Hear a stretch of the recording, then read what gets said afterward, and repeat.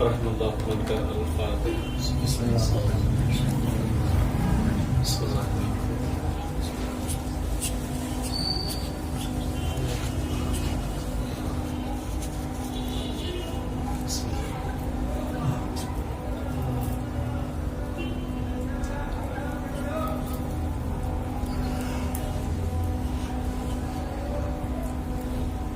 إن الله وملائكته يصلون على النبي يا أيها الذين آمنوا صلوا عليه وسلموا تسليما.